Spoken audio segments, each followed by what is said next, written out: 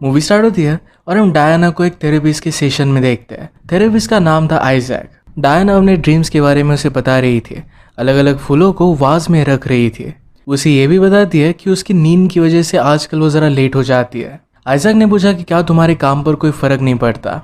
Diana कहती कि जहाँ पर मैं काम करती हूँ वहाँ का सुपरवाइज़र शायद मेरे साथ डेट पर आना चाहता है और इसी वजह से वो मुझे कुछ भी नहीं बोलता। आइजैक उसे कहता है कि शायद तुम किसी को डेट करने के लिए डर रही हो और इसी वजह से ज़रा लेट हो जाती हो। नेक्स्ट सीन में हम कोर्ट का मुकदमा देखते हैं। एज ए विटनेस कोर्ट में आइजैक को बुलाया हुआ था। एक लड़के ने अपने फादर को मार दिया था। उसके अगेंस्ट जो लॉयर था वो कहता है कि इस लड़के ने अपने फादर को बेरहमी से मार दिया, इसे हमेशा के लिए मेंटल हॉस्पिटल में डाल देना चाहिए। उस लड़के को डिफेंड करने वाला लॉयर आइजैक का फ्रेंड था और इसी वजह से आइजैक को उसने बुलाया हुआ था। इस लॉयर फ्रेंड का नाम था माइक। माइक आइजैक से पूछता है कि तुम्हें क्या लगता है इस लड़के का क्या करना चाहिए। आइजैक ने कहा कि इस लड़के को उसके फादर बचपन से मारा करते थे। जब उस दिन भी उसके फादर उसे मारने लग गए तो टेम्पररी साइकेटिक एपिसोड में चला गया और इसी वजह से उसने अपने फादर को हिट किया और एक्सीडेंटली उनकी डेथ हो गई। जज आइजैक से पूछते हैं कि अब करना क्या चाहिए। आइजैक कहता है कि मेंटल हॉस्पिटल में इसे नहीं डालना चाहिए, वो लोग सिर्फ केमिकली से ट्रीट करेंगे, इसे थेरेपी की ज़रूरत है। डिफेंस लॉयर उनसे कहते हैं कि फिर इन सब चीज़ों का खर्चा कौन उठाएगा। आइजैक कहता है कि अगर आप मुझे परमिशन दोगे तो मैं फ्री में इसकी ट्रीटमेंट कर सकता हूँ। इस सब डिस्कशन के बाद उस लड़की को छोड़ दिया जाता है। सेलिब्रेट करने के लिए आइजैक और माइक ये दोनों बार में आए। आइजैक वहाँ पर अपने फ्रेंड की एक्स गर्लफ्रेंड देखता है। उसे जाकर बात नहीं कर सकता था क्योंकि वो ज़रा नर्वस था। माइक उसे कहता है कि तुम्हारे फ्रेंड से ब्रेकअप हुए उसे 10 साल हो चुके हैं, तुम्हें जाकर उससे बात करनी चाहिए। आइजैक कहता है कि मैं हमेशा अपने काम में बिजी रहता हूँ और इसी वजह से किसी को भी डेट नहीं कर पाता। मैं जब भी किसी से मिलता हूँ तो उन्हें साइकोलॉजिकली एनालाइज करने लग जाता हूँ, इसी वजह से उसे डेटिंग में ज़्यादा इंटरेस्ट नहीं रहता। उसे ऐसा कोई चाहिए जो उसे सरप्राइज करे। उससे मिलने के लिए उसके घर पर डायन की सिस्टर जिसका नाम था हेदर ये आई। वो अपने आप को इंट्रोड्यूस कराती है। हेदर आइजैक से पूछती है कि तुम डायन की किस तरीके से मदद करना चाहते हो। आइजैक कहता है कि मैं सिर्फ उसकी लाइफ जीना ज़रा ईजी करना चाहता हूँ। हेदर कहती है कि डायन को ट्रीट करने के लिए तुम्हें मेरे फादर के बारे में पता होना चाहिए। बचपन में ही हमारी मदर गुजर गई थी, उसके बाद हमारे फादर बहुत ही ज़्यादा डिस्टर्ब रहने लग गए थे। उनका बिहेवियर चेंज हो गया था और डायन को उन्होंने ज़बरदस्ती की थी। हेदर कहती है कि क्या तुम इन सब चीज़ों में हमें हेल्प कर सकते हो। आइजैक कहता है कि डायन को अच्छी तरीके से थेरेपी की ज़रूरत पड़ेगी पर मैं इसे सॉल्व कर सकता हूँ। इसके बाद नेक्स्ट सीन में आइजैक और डायन की थेरेपी चल रही थी। आइजैक ने पूछा या अब भी तुम अपने काम के लिए लेट हो रही हो। डायन कहती है कि मेरी एंजाइटी के लिए हेदर ने मुझे एक गन दी, उस गन की वजह से मुझे बहुत ही सेफ लगता है और इस वजह से काम पर मैं ठीक ठाक पहुँच जाती हूँ। रात में आइजैक घर पर आता है। बहुत बारिश हो रही थी और हेदर उसके घर के बाहर उसका वेट कर रही थी। आइजैक उसे इनवाइट करता है और डायन के बारे में पूछता है। कहता है कि तुमने उसे गन क्यों दी। हेदर कहती कि मैं उसे कभी भी कोई भी गन नहीं दूंगी, वो इस तरीके से झूठ क्यों बोलेगी। आइजैक ने कहा कि मुझे लगा ही था कि तुमने उसे गन नहीं दी होगी। हेदर कहती है तो फिर भी तुमने मुझे यहाँ पर बुला लिया। आइजैक कहता है कि मुझे तुमसे मिलना था। वो दोनों एक दूसरे में बहुत ही इंटरेस्टेड थे। बारिश रुक चुकी थी तो आइजैक उसे कॉफ़ी के लिए पूछता है। वो दोनों एक दूसरे से बहुत सारी बातें करते हैं, एक दूसरे को जान लेते हैं। डेट के एंड में हेदर उससे कहती है कि मेरी शादी हो चुकी है। आइजैक कहता है कि मुझे लगा ही था, तुम इतनी परफेक्ट हो तो कुछ ना कुछ तो गड़बड़ होगी। हेदर कहती कि मैं और मेरा हस्बैंड सिर्फ कहने के लिए हस्बैंड वाइफ है, उन दोनों में अब कुछ भी रिश्ता नहीं है। वो बहुत दिनों से उसे छोड़ना चाहती है। आइजैक पूछता है कि वो करता क्या है। हेदर कहती कोई गैंगस्टर है, पूर लोगों के लिए हाउसेस बनाता है। इसके बाद वो आइजैक के घर पर आते हैं। वो एक दूसरे को गुड बाय कह रहे थे पर तुरंत उसके बाद ये दोनों इंटीमेट हो जाते हैं। रात में फिर हेदर घर पर जा रही थी। वो आइजैक से कहती कि तुम्हें एक बात पता होनी चाहिए, जब हम छोटे थे तुम्हारे फादर की एक फायर में डेथ हो गई थी। पुलिस को लग रहा था कि डायन नहीं किया था पर मैंने उसकी साइड ली थी, उसे मैंने कुछ भी होने नहीं दिया। आइजैक कहता है कि सारी चीज़ें हम संभाल लेंगे। इसके बाद हेदर घर पर आती है। उसका हस्बैंड उसका वेट कर रहा था। हस्बैंड का नाम था जिमी। जिमी ने कहा कि इतनी देर तक तुम बाहर कर क्या रही थी, अब नेक्स्ट टाइम मैं घर से बाहर निकलूंगा तो तुम भी मेरे साथ चलना। वो आज बहुत ही ज़्यादा गुस्सा था तो ज़बरदस्ती हेदर को उसके साथ इंटीमेट होने के लिए मजबूर करता है। नेक्स्ट सीन में आइजैक और डायना फिर से अपनी थेरेपी में थे। डायना फिर से फूलों के बारे में वायलेंट सी बातें कर रही थी। इन सारी चीज़ों के बारे में आइजैक अपने कलीग के साथ बात करता है। उसका कलीग उससे कहता है कि क्या उसके सिस्टर के साथ तुम्हारा कुछ चल रहा है। आइजैक कुछ बोल नहीं रहा था तो उसे समझाने लग गया कोई भी लड़की इतनी प्रिटी नहीं होती कि तुम उसके प्यार में पड़ जाओ, तुम्हारा दिमाग तुम्हें ट्रिक कर रहा होता है। ये सब वो बोल रहा था, तभी वहाँ पर हेदर आके और उससे वो देखता ही रह गया। इसके बाद वो वहाँ से चला जाता है और हेदर आइजैक को किस करती है। रात में आइजैक अपने लॉयर फ्रेंड माइक से मिलता है। उसे कहता है कि जिमी के बारे में ज़रा इन्फॉर्मेशन निकालो। हेदर के साथ उसकी जो सिचुएशन थी, ये सब कुछ उसने माइक को एक्सप्लेन किया। आज रात डिनर के लिए हेदर और जिमी ये दोनों बाहर आए हुए थे। डिनर करते करते हेदर वाइन को हाथ लगाने लग गए, पर जिमी उसे मना कर देता है। वो कहता है कि लास्ट टाइम जब तुम ड्रंक हो गई थी तो तुमने बहुत बड़ा तमाशा कर दिया था। हेदर कहती है कि मैं सिर्फ थोड़ी सी पीऊँगी, और उसने टेस्ट कर लिया।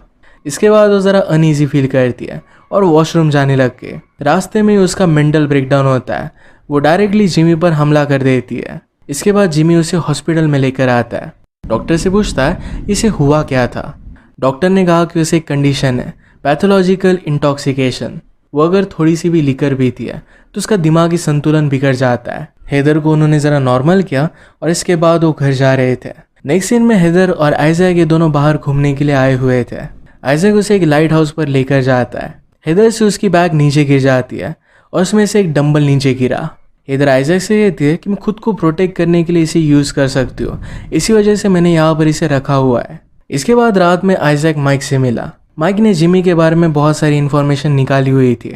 वो कहता है कि जिमी पुअर लोगों के लिए हाउसिंग करता है, पर वो बहुत ही ज़्यादा करप्ट है।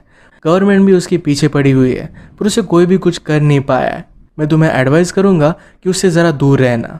आज रात जिमी और हेदर फिर से डिनर के लिए आए हुए थे। उसी जगह पर आइजैक पहुंच जाता है। वो जिमी को देखकर गुस्सा हो गया और उनके सामने से उसे लुक देता हुआ जाता है। जिमी देखकर वो भी उसके पीछे आया। उसे कहता है कि तुम मुझे देख क्यों रहे थे। आइजैक ने कहा कि मैं तुम्हें नहीं, तुम्हारी वाइफ को देख रहा था। जिमी कहता है कि तुम गवर्नमेंट के लोग अगर मुझे अरेस्ट करना चाहते हो तो अरेस्ट कर लो। आइजैक ने कहा कि तुम पर वैसे भी बहुत सारे केसेस चल रहे हैं, इससे तुम्हारे ट्रबल्स कम नहीं होने वाले। वो फिर होटल से बाहर आ जाता है। हेदर जिमी से कहती है कि मेरी तबीयत ज़रा ख़राब है, मैं कैब लेकर घर चली जाऊंगी। हेदर घर जा रही थी तो आइजैक उसे लिफ्ट देता है। हेदर ने कहा कि मेरा सर दर्द कर रहा है, मुझे पहले फार्मेसी लेकर चलो। थोड़ी देर में जिमी भी बाहर आ गया और वो घर आ जाता है। उसके घर आने के बाद हेदर वहाँ पर आती है। उसे पूछता है कि तुम इतनी लेट क्यों हो गए।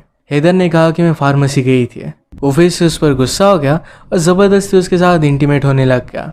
हेदर उसे मना करती है, पर वो मान नहीं रहा था। जिमी के वर्कआउट के इक्विपमेंट्स वहीं पर पड़े हुए थे।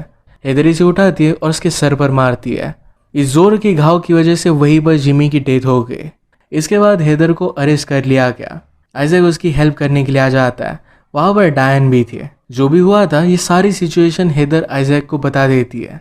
हेदर कहती कि मैंने अपना कंट्रोल लॉस कर दिया। आइजैक पूछता है कि क्या तुम उस रात कब सिरप पी रही थी। हेदर कहती कि मैंने बहुत सारा पी लिया था। आइजैक ने कहा कि उसमें अल्कोहल होती है और इसी वजह से तुम आउट ऑफ कंट्रोल हो गए। आइजैक कहता है कि हम वही चीज़ कोर्ट में प्रूव करेंगे कि तुम अल्कोहल की वजह से आउट ऑफ कंट्रोल हो गई थी, इससे तुम्हें सज़ा नहीं होगी। इस सब के बारे में डिस्कस करने के लिए उसका लॉयर फ्रेंड माइक भी आता है। माइक उससे पूछता है कि जूरी जनरली मोटिव देखती है, क्या जिमी के मरने के बाद तुम्हें बहुत सारे पैसे मिलने वाले थे। हेदर कहती कि सारे पैसे जिमी के ब्रदर को जाने वाले थे। माइक कहता है कि फिर तुम पर कोई शक नहीं होगा और सब कुछ ठीक हो जाएगा। बाहर आने के बाद आइजैक ने माइक से कहा कि उस रात में हेदर के साथ था। माइक कहता है कि क्या तुम दोनों को किसी ने साथ में देखा था। ऐसा कहता है कि नहीं। माइक कहता है कि तो फिर तुम उसके साथ नहीं थे। कोर्ट में उन्हें एक साइकोलॉजिस्ट विटनेस चाहिए होगा, इसी वजह से अपने एक फ्रेंड से वो बात करते हैं। हेदर की जो कंडीशन थी उस पर बहुत सारा स्टडी किया हुआ उनका एक फ्रेंड था, उसे वो टेस्टिमोनी देने के लिए मना लेते हैं। कोर्ट में माइक जूरी को बताता है कि उस रात हुआ क्या था ये किसी को भी पता नहीं है। मर्डर वेपन हेदर ने ऑलरेडी छुपा दिया था, इस वजह से उसके ऊपर ज़्यादा एविडेंस नहीं था। उन्हें लग रहा था कि केस बहुत ही स्विफ्टली जा रहा है, पर रात में माइक बहुत ही वरीड होकर आइजैक के पास आता है। उसने कहा कि ऑपोजिट लॉयर के पास भी एक साइकोलॉजिस्ट है और उसकी गवाही कल कोर्ट में होने वाली है। इस बात की वजह से वो ज़रा वरीड था। अपन उन लॉयर साइकोलॉजिस्ट से पूछता है कि क्या कोई ऐसी कंडीशन होती है जिसमें अल्कोहल पीने के बाद आदमी बहुत ही आउट ऑफ कंट्रोल हो जाता है। साइकोलॉजिस्ट ने कहा कि अब तक ऐसी कोई भी कंडीशन प्रूव नहीं हुई है, इसके बहुत सारे एविडेंस हमारे पास नहीं है, सिर्फ इसका नाम दिया गया है। जूरी इस बात से सरप्राइज हो गई थी। इसके बाद माइक उस साइकोलॉजिस्ट से क्वेश्चन पूछता है। उसने पूछा कि आपने आपके करियर में ऐसे कितने पेशेंट को ट्रीट किया है। साइकोलॉजिस्ट कहती है कि मैंने सिर्फ 2 ही लोगों को ट्रीट किया है। माइक कहता है कि फिर आपको इस फील्ड में एक्सपर्ट नहीं माना जा सकता। इसके बाद वो अपने खुद के फ्रेंड को बुलाता है। उसे सबको इस कंडीशन के बारे में एक्सप्लेन करने के लिए कहता है। उसने ऐसे 86 पेशेंट को ट्रीट किया था और इसी वजह से उसकी अथॉरिटी मानी जा सकती थी।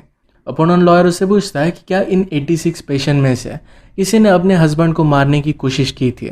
साइकोलॉजिस्ट ने कहा कि ऐसा कुछ भी नहीं हुआ था। इसके बाद फिर माइक उससे क्वेश्चन पूछता है। माइक कहता है कि अजीबोगरीब चीज़ें क्या उन्होंने की थी। एक पेशेंट ने अपने बेटे को ही मारने की कोशिश की थी। एक पेशेंट तो खुद ट्रेन के सामने आ गया था।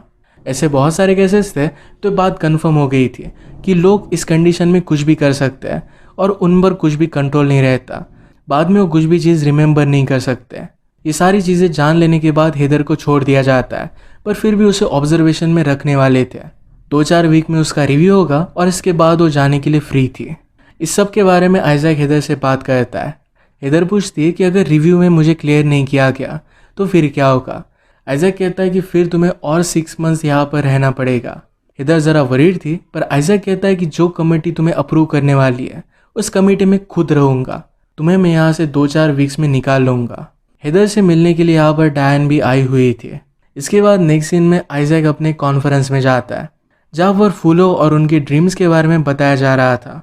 एक बुक के बारे में एक्सप्लेन किया जा रहा था और आइजैक को करंट लगता है कि डायन इसी के बारे में बात कर रही थी।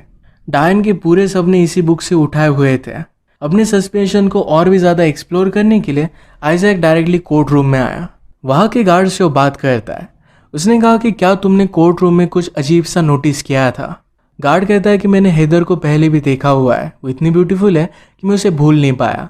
जब आपने 1 साल पहले कोर्ट में गवाही दी थी तो उस ट्रायल में हेदर भी थी। आइजैक समझ गया कि हेदर उसे बहुत ही पहले से जानती थी और शायद उसे फ्रेम कर रही थी। हेदर और जिमी के बारे में और भी वो इन्फॉर्मेशन निकालते हैं। माइक आइजैक से कहता है कि जिमी के ब्रदर को जो पॉलिसी के पैसे मिलने वाले थे वो सारे पैसे अब हेदर को मिलने वाले हैं, क्योंकि जिमी के ब्रदर की 8 मंथ पहले ही डेथ हो गई है। आइजैक कहता है कि उसी वक्त पर हेदर मुझसे मिली थी, यानी कि वो तभी से प्लान कर रही थी। इन सब बातों से वो बहुत ही ज़्यादा डिस्टर्ब हो गया। वो डायरेक्टली हेदर से मिलने के लिए आता है। कहता है कि मुझे पता तो कि तुमने ये सब सिर्फ पैसों के लिए नहीं किया है। हेदर कहती कि तुम ये सब क्या कह रहे हो, मैंने ऐसा कुछ भी नहीं किया है। आइजैक ब्लफ करते हुए कहता है कि तुम्हारी सिस्टर डायना ने मुझे सब कुछ बता दिया है। हेदर फिर इस बात को एडमिट कर लेती है। आइजैक इन सब बातों पर बहुत ज़्यादा गुस्सा था। हेदर उसे धमकी देती है कि मर्डर वेपन अभी मेरे पास है। अगर मैंने पुलिस को बता दिया कि वो मर्डर वेपन तुम्हारे पास है तो तुम जेल में जा सकते हो। आइजैक फिर वहाँ से चला जाता है। रास्ते में उसे डिटेक्टिव मिला। डिटेक्टिव कहता है कि तुम फिर से एक पेशेंट के साथ इन्वॉल्व हो गए। जिस रात जिमी का मर्डर हुआ था तो हेदर के साथ उस रात कोई आदमी था, वो तुम्हारी तरह हैंडसम था। अगर मुझे तुम्हारे खिलाफ कुछ मिला तो मैं तुम्हें नहीं छोड़ूंगा। इसके बाद आइजैक वहाँ से चला जाता है। अगले दिन डायन हेदर से मिलने के लिए आई। हेदर उसे पूछती है कि तुमने आइजैक को सब कुछ क्यों बता दिया। डायन ने कहा कि मैंने ऐसा कुछ भी किया नहीं था। हेदर कहती कि वो कभी भी तुमसे प्यार नहीं करने वाला, तुम्हें उसका ऑब्सेशन छोड़ देना चाहिए। वो डायन को मर्डर वेपन के बारे में पूछती है।